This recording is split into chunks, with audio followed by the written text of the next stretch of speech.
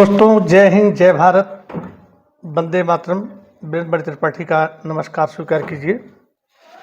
आज हम फिर फिल्मी दुनिया से एक वीडियो लाए हैं।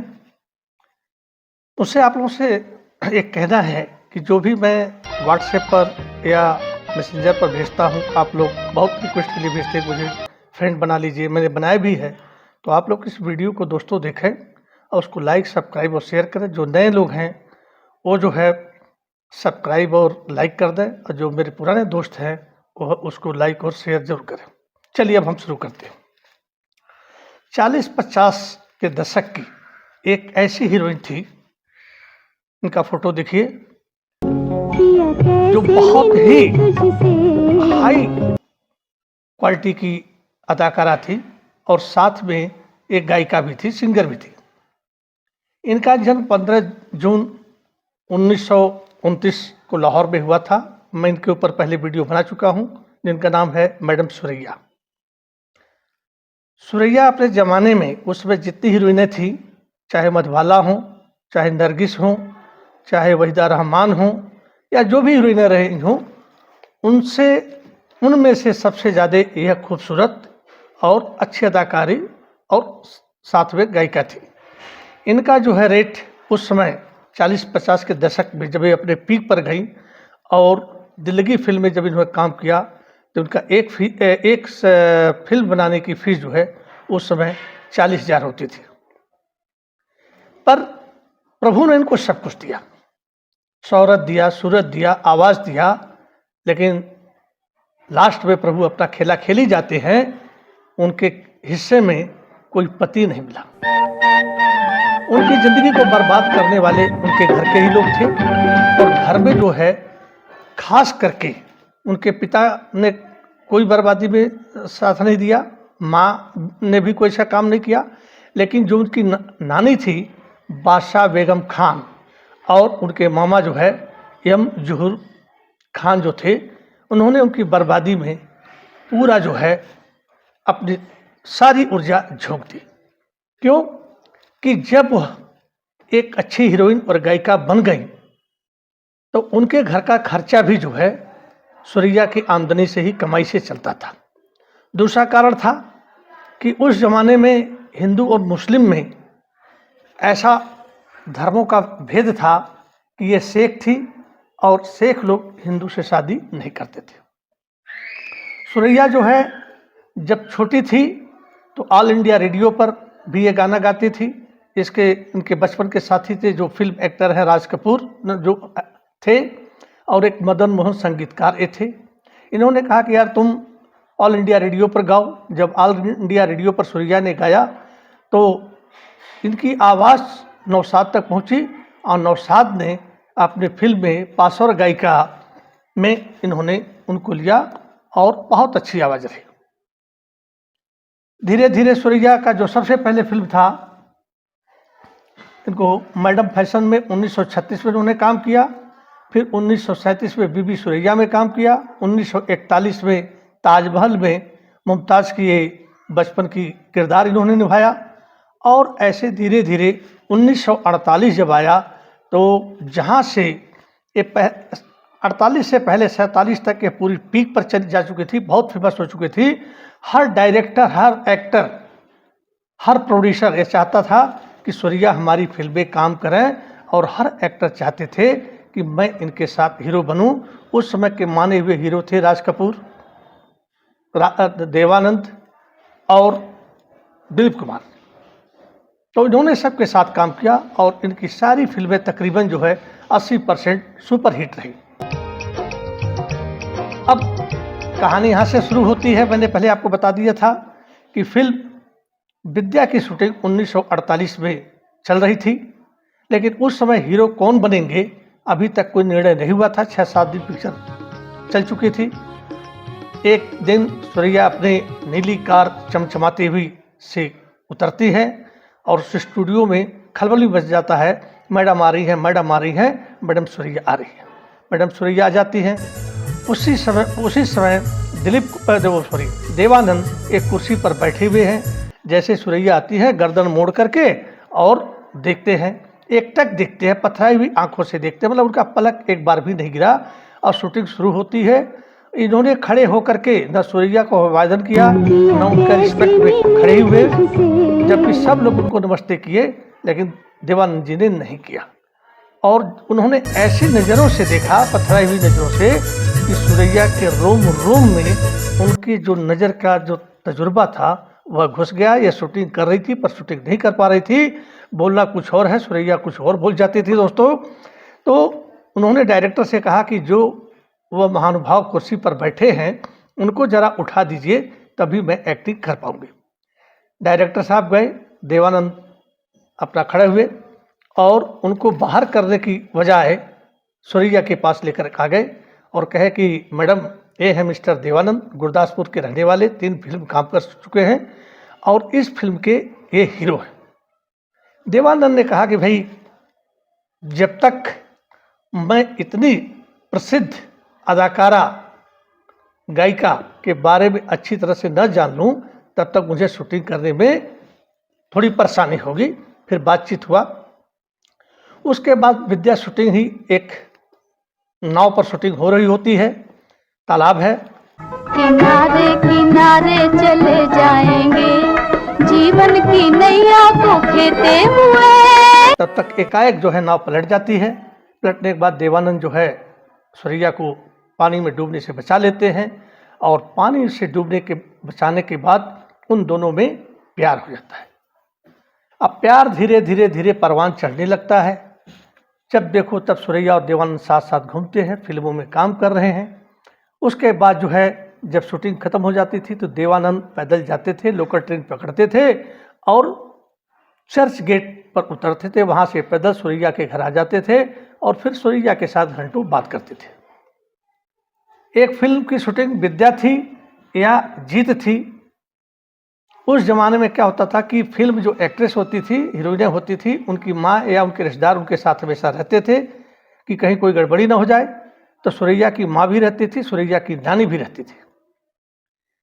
लेकिन नानी इतनी सख्त थी, बादशाह बेगम, एक फोटो में दिखा रहा हूँ, उनमें सुरैया भी है, उनकी माँ भी है और उनकी नानी भी है। जो बूढ़ी सी औरत है वही उनकी नानी है। वो बड़ी सख्त थी, हर वक्त सुरैया के साथ रहती। सुरैया का दिल दिमाग शरीर तो सुरैया का था, लेकिन उस पर अधिकार नानी का था। कोई ऐसे जरूरत पड़ गई कि नानी इनकी वहाँ पर छोड़कर घर आ गई और देवानंद इतने प्यार में डूब गए, सुरैया भी इतनी प्यार में डूब गई थी कि 2 शरीर एक जान हो गए थे। देवानंद बहुत उस समय कम उनकी आमदनी थी, एक जिद्दी फिल्म थी इनकी चली थी, नहीं तो 3 फिल्में फ्लॉप हो गई थी। देवानंद अपने दोस्तों से उधार पैसे लिए और हीरे की अंगूठी लेकर के मतलब मेकअप रूम जहाँ पर ड्रेसिंग रूम होता है उसमें घुस गए और सुरैया से 45 मिनट बात किए। बात करने के बाद जो है उन्होंने अंगूठी निकाली और कहा कि सुरैया, हमारी तुम्हारी सगाई तो नहीं हुई है, यह प्रेम की निशानी मैं तुम्हें दे रहा हूँ। सुरैया ने ले लिया। अब कहीं लिखा कि सुरैया ने पहन लिया, कहीं लिखा कि नहीं पहना। जब पहन लिया, नानी इसकी बड़ी तेज आंखों वाली थी। सुरैया के हाथ में जब अंगूठी देखी तो उसने पूछ पड़ी कि अंगूठी किसने दिया। सुरैया ने कोई जवाब नहीं दिया, वो समझ गई और तुरंत इनका घर जो है मैरिन ड्राइव, मैं पहले पिक्चरों में बता चुका हूँ, मैरिन ड्राइव जो बॉम्बे है, कृष्णा पैलेस में लोग रहते थे, वहीं पर समुद्र है, ले जा करके समुद्र में फेंकवा दिया और सख्त हिदायत दे दी कि आप देवानंद से नहीं मिले जुलेंगे। अब दोस्तों शूटिंग तो हो जाती थी।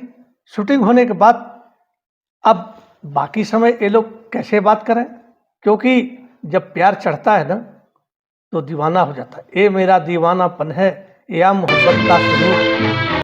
तो अब ये क्या करें। तो इन्होंने निर्णय किया कि देवानंद जी क्या करेंगे कि इस समय पर फोन करेंगे, सुरैया फोन के आसपास रहेगी। मेरे पिया गए रंगून किया है वहाँ से टेलीफोन। तो भाई प्यार तो प्यार होता है, सबके बस की बात तो नहीं है, किस्मत वाले ही दिल जान से प्यार करते हैं। उस समय पर देवानंद मतलब फ़ोन करते थे, सुरैया फ़ोन के पास, टेलीफोन के पास रहती थी और उसके बाद जैसे ही रिंग बजता था सुरैया उठा लेती थी। घंटी बजते ही 1-2 दिन की बात है, 4 दिन की बात है, रोज़ उसी समय पर फ़ोन बजता है। नानी का माथा ठनका बार क्या है, वह फ़ोन के पास आ जाती थी या छुपके से पर्दे से सुनती थी।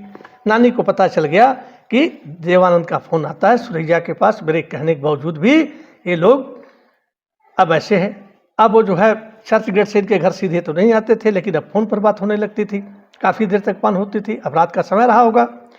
उसके बाद नानी बहुत गुस्सा हुई और उसके बाद फिर देवानंद ने और सुरैया ने अब एक नया प्लान बनाया कि देवानंद जो है चिट्ठी लिखेंगे। और उस समय की मानी हुई फिल्म कलाकार थी दुर्गा खोटे और कामनी कौशल। ये सुरैया की सहेली थी। देवानंद को चिट्ठी देते थे, सुरैया को ये लोग देती थी, सुरैया पत्र लिखती थी और फिर ला करके देवानंद को मिल जाता था। ये सिलसिला चलता रहा। एक दिन सुरैया की नानी ने उसकी माँ से कहा और सुरैया से कहा कि यदि तुम उस हिंदू लड़के का साथ नहीं छोड़ोगी तो मैं उस हिंदू लड़के यानी देवानंद की कत्ल कराने में भी संकोच नहीं करूंगी। इनके मामा जहूर खान जो थे उन्होंने देवानंद को धमकी दी थी कि बेटा तुम अपनी हरकतों से बाज आ जाओ, नहीं तो रिजल्ट बहुत बुरा होगा। देवानंद सख्त मिजाज के आदमी नहीं थे, लचीले थे। कोई कह दिया तो बात मान गए। एक बार देवानंद सुरैया को लेकर के जो है भाग करके जो है कोर्ट मैरिज के लिए चले गए। पर सुरैया तो चली गई लेकिन उसने जो है कोर्ट मैरिज में कबूल नहीं किया कि मैं शादी करूंगी। क्योंकि दोस्तों उस समय धर्म एक ऐसा चीज़ था जिससे निकलना आसान नहीं था। उस समय औरतें जो है पति कपड़ों की तरह से नहीं बदलती थी जिस तरह से आज के ज़माने में औरतें जो है, सब नहीं लेकिन 10% 4% तो अब हो ही गया है कि जैसे कपड़े बदल दिए जाते हैं, दूसरे नए पहन लिए जाते हैं, उसी तरह से अपने पति को तलाक दे करके या उनको मार करके और दूसरे प्रेमी के साथ वो रहने लगती है। तो उसके बाद जो है देवानंद जो है बड़े परेशान हुए।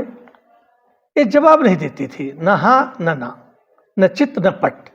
उसके बाद क्या हुआ कि प्यार परवान चढ़ता चला गया और बीच बीच में मैं छोटे छोटे गानों का क्लिप दे रहा हूँ, उसको आप देखते रहिए। अब ये हो गया कि देवानंद ने एक दिन खुद उसकी माँ को फोन किया सुरैया के कि मैं सुरैया से मिलना चाहता हूँ। और देवानंद ने खुद कहा कि मैंने एक वीडियो बनाकर सुरैया के पास भेजा था पर उसका कोई जवाब नहीं आया। देवानंद को उसकी माँ ने कहा कि ठीक आप आ जाइए और हमारे घर के छत पर आप लोग मिल लीजिए। इस निश्चित समय पर पहुंच गए और इनके जो है राज खोसला दोस्त थे, राज खोसला के पुलिस वाले दोस्त थे। उन्होंने कहा कि ठीक है तुम आओ छत पर बात करो और हम जो है बंदूक लेकर के बैठे टार्च ले लो। यदि तुम्हें जहूर खान से कोई खतरा महसूस होता है, बुलाई उसकी माँ ने, तो टार्च जला देना और हम यहीं पर राइफल से उस जहूर खान को जन्नत में भेज देंगे। ये वहाँ मिले। अब बातें क्या होंगी, दोनों बातें कम एक दूसरे को पकड़ करके रोते रहे। सुरैया उसके बाद देवानंद ने बहुत कुछ कहा नहीं और देवानंद उसी समय निर्णय कर लिया था कि सुरैया अब मेरी नहीं हो सकती है।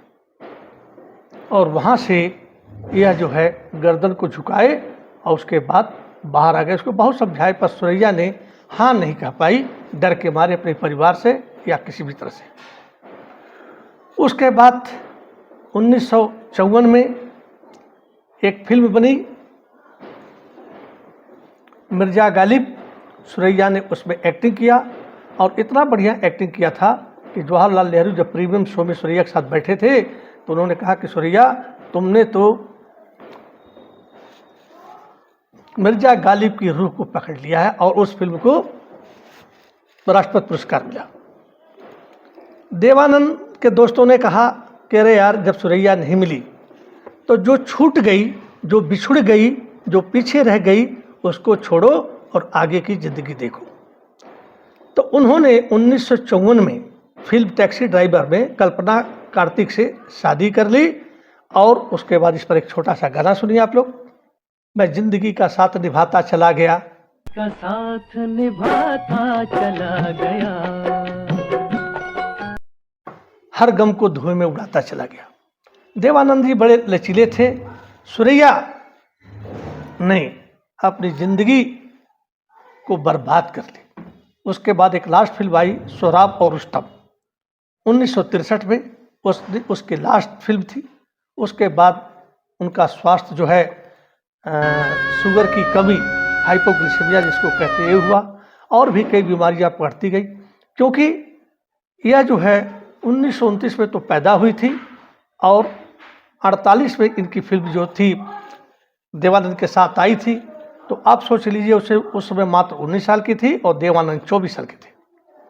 उसके बाद 63 जो वाली बात है तो 30, 60, 33, 34 साल की उम्र में यह सोहराब और रुस्तम की थी। उस समय 34 साल उम्र थी। उसके बाद इन्होंने अपने फिल्मी करियर से विदा ले लिया, क्योंकि जो दिल की तमन्ना थी वो तो पूरी हुई नहीं।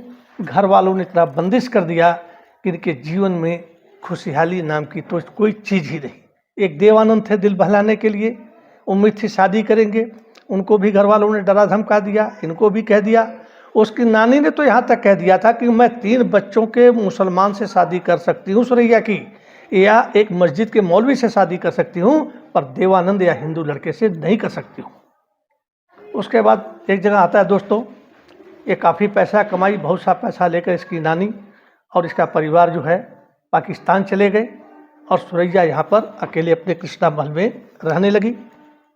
1972 में एक बार पूछा गया कि यदि देवानंद से आपकी शादी नहीं हो पाई तो आपने दूसरे से शादी क्यों नहीं कर ली? तो सुरैया ने कहा कि मेरे नज़रों में देवानंद बसे थे तो मैं दूसरे से शादी कैसे कर सकती हूँ।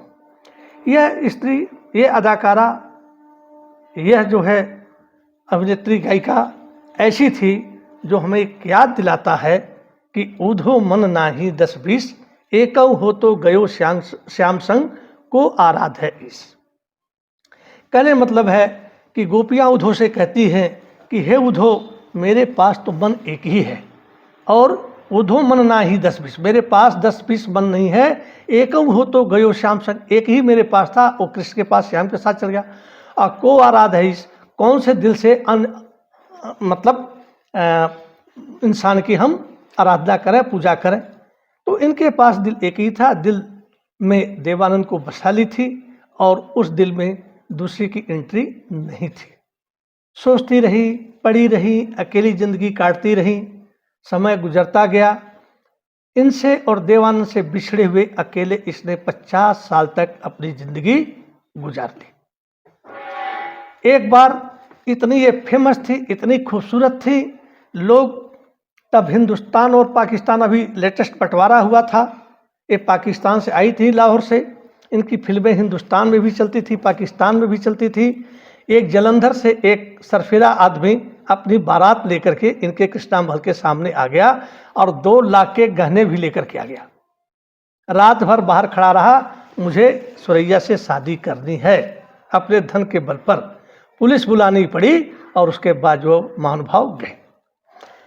सुबह सुबह मैरिन ड्राइव रोड पर इतनी भीड़ खड़ी हो जाती थी कि सुरैया का दर्शन करने के लिए नए लोग सोचते थे कि दूर से देखकर भीड़ करके लगता है कारों का हजूम की वजह से भीड़ हुई है, लेकिन लोग दर्शन करना चाहते थे। एक बार सुरैया अपनी फिल्मी प्रीमियम के शोरूम में चली गई।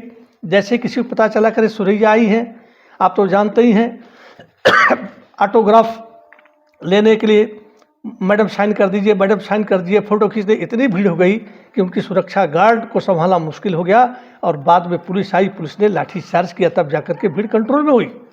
इतनी फेमस हीरोइन थी और सबसे महंगी हीरोइन थी। एक बार इनका सख्त तेवर देखी, बता रहा हूँ मैं। एक फिल्म की शूटिंग हो रही थी जानवर, उसमें हीरो थे दिलीप कुमार। एक सीन था उसमें सांप काटने का, तो सुरैया के पैर में सांप कटवाया जाता है, मतलब एक सीधा काट देता है और दिलीप कुमार को जहर चूसना होता है। तो थोड़ा फोटो देखिए कि दिलीप कुमार उसका जहर चूस रहे हैं। कैमरा सही था, क्लिक सही समय पर हुआ, फोटोग्राफी अच्छा हुआ, लेकिन दिलीप कुमार ने कहा नहीं अभी ठीक नहीं हुआ। फिर स्टार्ट हुआ, फिर हुआ, यह 2 दिन तक दिलीप कुमार भैया जहर चूसते ही रह गए। मतलब उनकी पैरों की खूबसूरती पर अपना दिल दे बैठे। अब सोचिए कितनी खूबसूरत रही होगी कि उनके जो है घुटने के नीचे पिंडली के पास जो है सांप काटा है, उसका जहर चूस रहे हैं दोस्तों। तो ये है, ए मेरा दीवानापन है या मोहब्बत का सरूर, तू ये माने या न माने तेरी नजरों का है कसूर। कहने मतलब है कुछ गाने हम तो आते नहीं हैं, लेकिन ए है। और सुरैया के दिल में पिया कैसे मिलूं तुझसे, मेरी पाँव पड़ी जंजीर। तो पाँव में इसके जंजीर था, देवानंद अपना किनारा कस लिए लेकिन देवानंद कहते हैं कि मैं किसी लड़की के लिए रोया हूं तो सुरैया के लिए। अब जब जो रिटेक हो रहा था, जब 2 दिन हो गया तो सुरैया को गुस्सा आया और उसने डायरेक्टर से कहा कि श्रीमान जी, मैं आपके पिक्चर में काम नहीं करूंगी, यहाँ पर लोग शूटिंग नहीं कर रहे हैं, यहाँ किसी के इज्जत के साथ खिलवाड़ करना चाहते हैं और मैं इस पिक्चर में काम नहीं करूंगी। तो वहाँ के डायरेक्टर साहब ने कहा, प्रोड्यूसर ने कहा कि मैडम बहुत पैसा लग गया है, मेरे पैसे का क्या होगा। सुरैया ने तुरंत अपने पर्स से चेक निकाला और एक ब्लैंक चेक पर साइन करके पकड़ा दिया और कहा कि जितना आपका पैसा लगा हुआ है आप इसमें जो है भर लीजिएगा, और लेकिन मेरे दरवाजे पर कभी मत आइएगा। अब सुरैया का ये आपने दास्तान सुन लिया। फिर सुरैया की एक फिल्म थी 1949 में दिल्लगी का गाना सुनिए। हमारे माने जाने फिल्म एक्टर धर्मेंद्र पर भी मैंने एक बनाया है, आप लोगों ने उस पर बहुत कम व्यू दिया है और सब्सक्राइब दिया है, जरा देखिए। धर्मेंद्र भी इतने खूबसूरत थे कि उन्होंने एक तो प्रकाश कौर से शादी की थी, दूसरी हेमा मालिनी, उस जमाने की मानी हुई हीरोइन का भी दिल उनके ऊपर आ गया और धर्मेंद्र ने उससे दूसरी शादी कर ली। धर्मेंद्र ने अपनी स्टडी मतलब स्टूडेंट लाइफ में उस फिल्म को 40 बार देखा और वहीं से उनको जो है एक प्रेरणा मिली कि मैं भी हीरो बन जाता तो मेरा भी लाइफ ऐसा होता। फिर एक फिल्म उन्होंने दिलीप कुमार बैजंतीमाला का एक गाना देखा, फिल्म देखा, उड़े जब जब जब जो जुल्फे तेरी कुंवारियों का दिल मचले, और धर्मेंद्र जो भाई आए, स्ट्रगल किए और बन गए। अब जो है एक कहानी जो है चलती रही फिल्मों में। इन्होंने देवानंद के साथ 7 फिल्मों में काम किया और उसमें बहुत अच्छा जो है इनका जो है परफॉर्मेंस रहा, हिट फिल्में रही। और उसके बाद जिंदगी गुजरती गई और एक दिन जब 6 महीना रह गया तो सुरैया अपने वकील के घर चली गई। अब कृष्णा पैलेस में अकेले चलना फिरना भी मुश्किल हो रहा था, बीमार पड़ती चली गई और 31 अक्टूबर 2004 को उनका इंतकाल हो जाता है।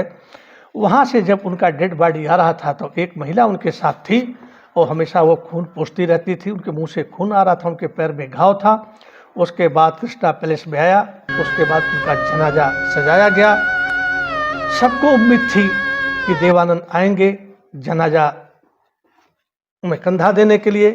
श्रीमी ग्रेवाल ने पूछा कि जब आपको पता चला कि आप सुरैया से इतना प्यार करते हैं, सुरैया आपके लिए 50 साल तक अकेली रही, उसने किसी गैर मर्द को अपने पास आने नहीं दिया, तो आप उस जनाजे में शामिल क्यों नहीं हुआ। देवानंद कहे कि मैं जा सकता था लेकिन मैं इसलिए नहीं गया कि सबको पता था कि देवानंद आएंगे, हमारे फोटो लिए जाएंगे, हमारी स्टेटमेंट लिए जाएंगे, उसको फिर छापेंगे, उससे लोग पैसा कमाएंगे।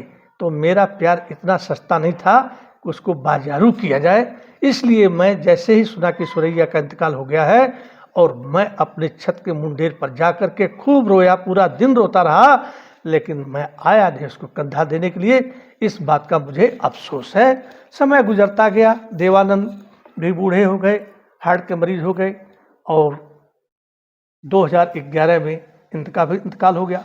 तो दोस्तों देखिए, जो आया है वो जाएगा, लेकिन कुछ लोग आते हैं वो अपना नाम अमर कर जाते हैं और कुछ लोग गुमनामी की ज़िंदगी में चले जाते हैं। तो इसी के साथ वीडियो ख़त्म करता हूँ।